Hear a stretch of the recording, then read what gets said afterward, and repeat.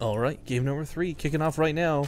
Really excited to see that this actually went to the ace match. I guess we got to see whether people were voting with their hearts or their heads this morning, and looks like we got a few people here with big hearts. 6,183 participants bet on TLO to win this series, and 18,186 on YoDa.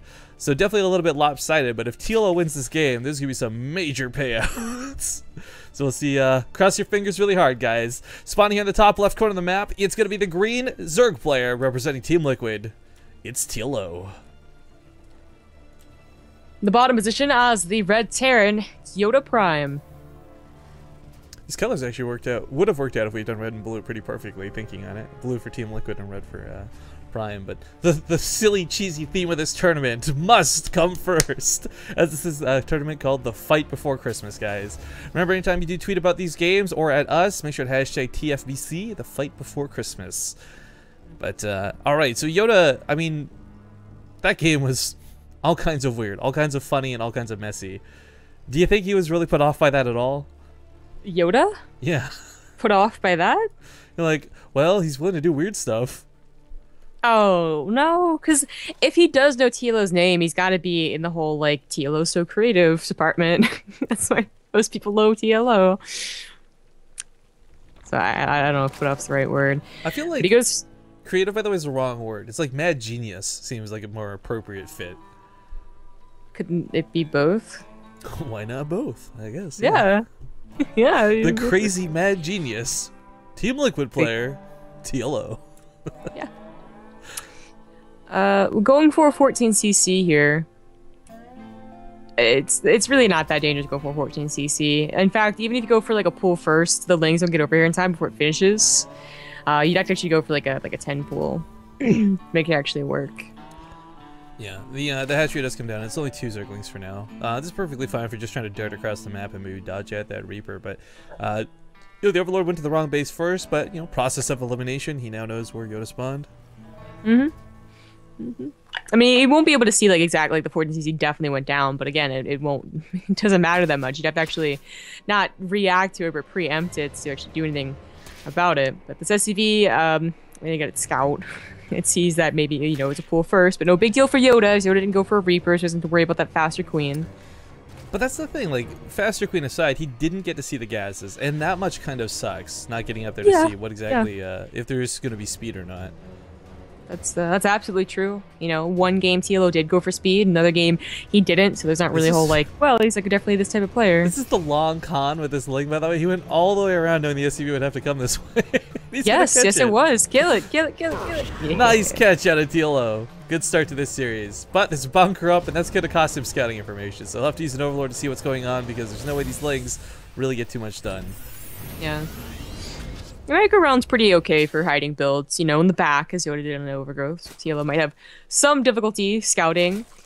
YoDa, though, you know, while TLO's been kind of mixing it up, YoDa has been going for mech every game. Yeah, but what do you think about this, like...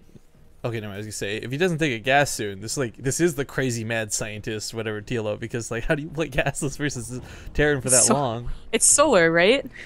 No gas until, like, 7 minutes? the sort of gasless build. Yeah. Well, YoDa does go for a second gas, and I figured he was gonna go for Banshees again, and that's why I was like, well, he's been going mech every game too, so we're not gonna go to mech after that. But he throws down a starport. Okay, yeah, I know that was starport.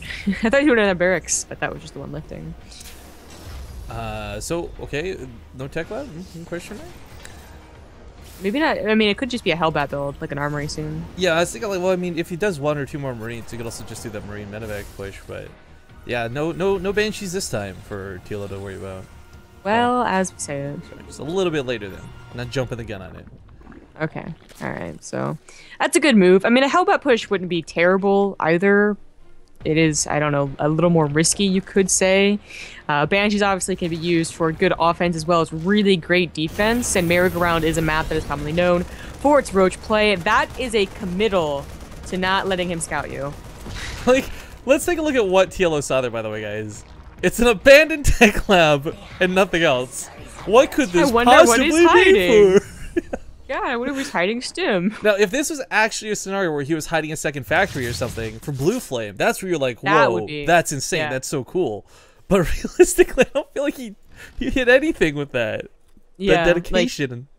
Like, no one ever bothers to hide the fact that they're gonna get stim, and that would be the only thing you'd use Tech Lab for. So I don't know about that. Scan goes down. I think he wanted to see if it was like a 2-base lair, or well, he saw the roach as he scans, so now he knows it's roaches. Well, roaches aside, I mean, it's the fact that he gets to that third and scans at the same time. It's all the information in the world he needs, because he A, confirms the third, and B, confirms the layer timing, or at least the lack of the layer timing, more so.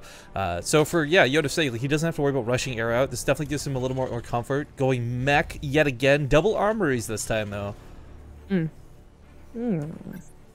Well, TLO not going to go for any shenanigans this game. Just regular upgrade, roaches. I gotta imagine he's going to go up to something with Roach Hydra Viper. That seems to be the ultimate end goal. If you're not going to open with mutas or swarm hosts, you don't really see. I mean, sometimes you see games where it is Roach Swarm Host against Mech Terran, kind of like you would against Protoss. But I feel like those are more rare than just the two options: Muta Swarm Host, or Roach Hydra Viper. I'm just wondering though, like, so you're always gonna be putting out a little bit of pressure. You get a hell of a lot of Hellions to spare in the early game. You're dancing around trying to do damage with them, but with the double armories, I'm really wondering if YoDa's planning to stock up more for that 150 supply push rather than go 2 dedicated early on. I don't know. You can still do the push with double armory, but I feel like double armory is more like a late game thing. Although we have seen a couple of builds where they just stop going upgrades afterwards. It's kind of like an all-in, even off the 2 armories, which I don't know. I think I've seen like from Journey. We haven't seen it in so long. What is that guy? Actually, there's been so many Alima leagues and stuff since we've seen him proper. It's a bit of a bummer, but okay. So the Roach is gonna track up. TLO's really good at getting around from the backside and catching YoDa off guard today. Starts with the SCV, tries to go for the Hellions, but they're a little bit too quick. But the thing is, here's 3 Banshees, and this is a phenomenally large amount of damage, and it's not stopping at 3. He's going a little bit heavier into this.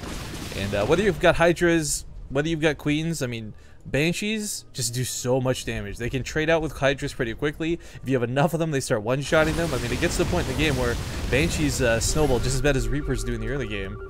Yeah. I mean, they can seriously help out even if you do have those Hydras. They can actually take down a couple of Hydras themselves, and obviously Hellbats, if they get on top of Hydras, are pretty good as well. TLO will definitely want to kite here. Hellbats are so good against Roach as long as they can reach them. No Overseer. Ooh. No Overseer. That's going to be a big problem. Chance uses a couple of Hydras to keep them alive. Everything's rushing the front lines. He had the Spore Crawler for detection, but as big as that range was, it was just slightly not enough. But at the same time, like, TLO does thwart this. He's got +1 weapons, he's got +2 on the way, and he's going for a quicker hive. So once again, whether you decide to incorporate Swarm Host or stick with Roach Hydra, I think Vipers are always going to be great, and definitely seems to be one of the big things he's gearing towards. Yep. I think so. That's going to be a pretty powerful push. Merry-go-round, really pretty good for it, as it is this like nice little concave. I mean, there's that ravine in the middle that kind of makes it like not so perfect, but even still, I mean, like, what was it, like one map, like Derelict really, Watcher? Well, is it really a ravine? It's just like a giant hole. Okay, it's a giant hole. You don't just say that about terrain, but you can say it here. It's like a sinkhole, you know, the giant. But it actually goes through like the floor. Yeah, the center of the quote-unquote Earth, as it were. Big Sparrow does come down. The Hydras have a lot of damage. Problem is they're really slow off a creep, as we see. Getting away from these Hydras and tanks was really difficult. TLO's still going to kill a lot of units here, but he loses a lot more gas in this fight than YoDa. YoDa just trades out a lot of minerals. Yeah, I don't really know if I liked that push. I mean, I really would have, I think, preferred like a big gear up, like a max Roach Hydra Viper. I think those are a lot more powerful. Yeah. But that, that was his choice, and he did technically trade out. I just don't think it was that good. I mean, his economy is not fantastic. Interesting place for a third, but I guess it is fairly protected. Scanning once again. This is something we're seeing quite diligently out of YoDa. I'm actually really enjoying this. A lot of Terran players, after a certain point in the game, you're so stingy, you really don't want to be burning scans on anything other than creep. But just going for scouting information, wants to make sure he doesn't get caught off guard by a Broodlord swap again. I think is probably his number one concern. Like, after that first game today, he's like, never again. So last game, this game, we're seeing a lot of relentless scans in that main. Yeah. As you can see, a TLO playing the longer game. What are you laughing at? Look at this Overlord. There's nothing in anti-air. He's building turrets to try and kill the Overlord. Yeah, that is pretty funny. But he's getting some Vikings, of course, because he wants to deal with those Vipers more so than any Overlords. Let's see what those scans did pick up on the Vipers, so he's fully aware what's available. Tank spread is going to be key. There is a certain point, though, when you're fighting versus Terran, where Abducts actually far outpower Blinding Clouds. If the tank spread is too good, there's a chance you don't have nearly enough Blinding Clouds. If the tank spread's too far, though, it could also mean there's not enough tanks in the fight to fight against the Roaches anyways. So a very strange dynamic is going to come out as a dance between these two. Really cool moves to go for these suicidal contaminates out of TLO. Don't see this too often. Oh, blocks out that tank at like 44 out of 45. TLO, I mean, that push I feel really gave him, like, you know, made him give up on the whole, like, maxed out, really strong push. You know, YoDa's gonna have 2-2. YoDa's gonna have actually a really pretty good army, even against those Vipers. So TLO's playing the long Roach Hydra Viper game. Obviously, he got a 4th, and he's getting +3 upgrades. Yeah, I still wouldn't, I mean, I don't think he's in a bad spot at all. I mean, that first attack was awkward as heck. There's no getting around that. Bad. But, I just think it would have been more we don't powerful. have control of the game like we did in Game 1, I think is a better way to phrase that. Like, I mean, Game 1, it was so obvious that TLO was the one orchestrating everything going on in that game. This time, it's a little bit more kind of like he's biding his time. He knows he needs to get his energy up on the Vipers, waiting for those level 3 weapon upgrades to finish up. Whereas YoDa, by the way, guys, because he's investing in vehicle plating behind this, really makes me think that he's going to be going for that air swap come base number 4. Well, he got 2 starports, so definitely. Well, I mean, 2 starports actually isn't that. I don't think that telling this three early. 3 starports telling. Oh, is it 3? Sorry, I thought you meant he had just got 2 period. Didn't catch the third Who one. Who gets 2 period, Rifkin? Who? Anytime you want to get Matt's 3. Vikings out? I don't know. It's always 3. Don't even.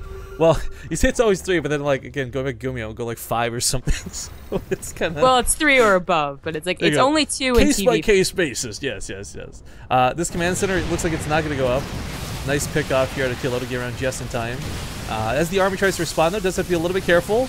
I mean, TLO's got a fighting force, but it's not the scariest thing you've ever seen. Not against this tank army. It's unsieged, not caught in the blinding clouds. If the Hydras die too quickly, like we see, there's not going to be any anti-air for the Banshees. Should he even be able to kill anything? In fact, we have no detection here whatsoever, so the best TLO can do in this instance is trade up for those tanks. But he kills a lot of the Hellbats. Yeah. That was okay. I mean, the blinding clouds were actually good. You can see that TLO did not expect them to be so good, and they realized that he was going into a choke and was like, okay, definitely go for it. But he lost all of his Vipers. He lost pretty much all of his army as he's plenishing it right now.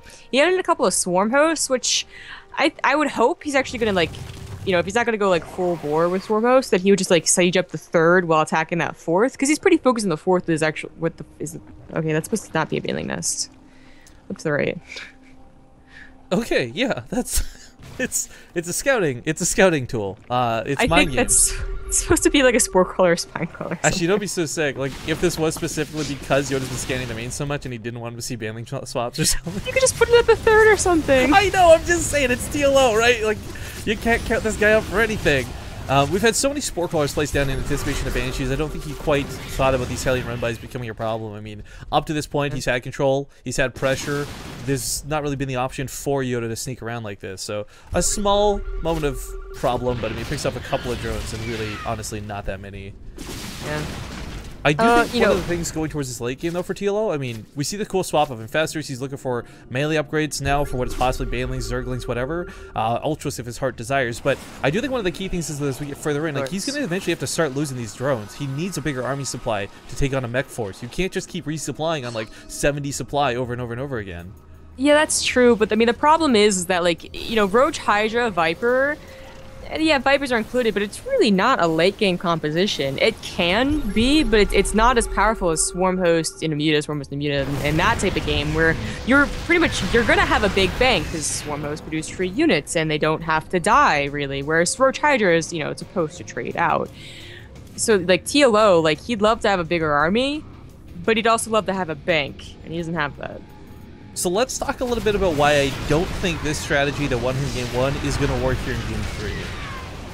There's a lot more air control Case for A. YoDa. Well, look at all these Vikings. Not just the Vikings, but the fact that we have him comfortably moving towards Ravens. This means that while TLO, like in Game 1, for those who missed it, he completely wiped out the air, no problem. His Corruptors came in, there was too many, too much, and the Vikings never stood a chance to fight. We have turrets on the ground. We're going to have point defense rooms in the air. These Vikings really are not going to fear those Corruptors in the same way. But the caveat to this is, TLO has the addition of fungal growths. He's got spore crawlers out the wazoo. He can move these to the front lines. He has hydralisks. He has a little more anti-air himself. So there's a chance that he could make this work, but it's a lot less easy mode than we saw earlier today. 21-minute blue flame is rather important. Say that was a critical upgrade. No, not really. You know what? You're making jokes, but I actually really like this. The run buys, I think, become more and more important as you start mining out. You've got to make those Hellions more cost effective because they're not going to cost you gas. Every bit of gas has to go into those Ravens, and we're not going to see tank run buys. It's going to be Hellion run buys. The joke was that I thought, like, I was joking that it was really important that he missed out on it. Oh, so I thought you meant that it was. Yeah, it doesn't, like, it didn't really matter in the early game. I mean, like, those earlier Hellion run by, or yeah, Hellion run bys might have done more damage, but like, yeah, they weren't gonna help out that much against Roach Hydra. The friendly fire is about to be very real here, folks. Tank shelling away and everything. We got Locust coming from the north side too. Not that many Corruptors really help out here. This is the chance to use that Broodlord. Yeah, we got some Spore Cars coming down. They're going to have to be advanced forward, of course, a little bit. Lots of Queens for a lot of transfusions, though. I mean, if he does this correctly, these Broodlords probably shouldn't die. But Blinding Cloud's coming down on top of the tanks. The Vipers get sniped off immediately. Here comes the Corruptors, but there's really not that many. Looking for the fungal growth. He lands it on all of the Vikings. YoDa completely trapped in this fight, but we don't have a second fungal growth to follow it up. The tanks did their job. They lived through the Blinding Clouds, and these Vikings are going to live to hold this base. Oh, he needs more Corruptors. He needs more Corruptors. The Critters are going to die to the tanks if they're going to be the only anti-air. Oh my god, if he had gotten off those additional fungals, these Vikings would have been so weak. The Queens could have cleaned them up. The Hydralisk could have cleaned them up. We've got a big... I said there wouldn't be tank run bys, but I was completely wrong. Tank run by to the north takes out a 4th base from TLO. Oh, where are the Swarm hosts? Why aren't they doing their job? Well, they're slowly just pushing through the middle of the map, but look at this. The Viking count actually just got halved. It was a small amount of Corruptors, but with the Queens, he was just enough. It's easy to go down. Yeah, he lost out on a base here. He does have another one, but, you know, again, the economy not so great for, well, either player. Well, YoDa's actually pretty good. He's had 2 more bases. He retook his 3rd. He's actually looking really good. I mean, TLO had, like, a pretty good punch right there, but it was, like, that one punch. There's moments in StarCraft 2 where I couldn't be more happy to be wrong, and seeing tank run bys is one of those. Snipes off not 1 but 2 bases with these Panzer Generals, and looks like they're trying to escape. A couple of them might go down here as a Swarm host chase, but I mean, these are pretty fast units. TLO, though, with no money, is going to say GG, and YoDa will take the first series today, 2-1. But damn if TLO didn't put up a fight.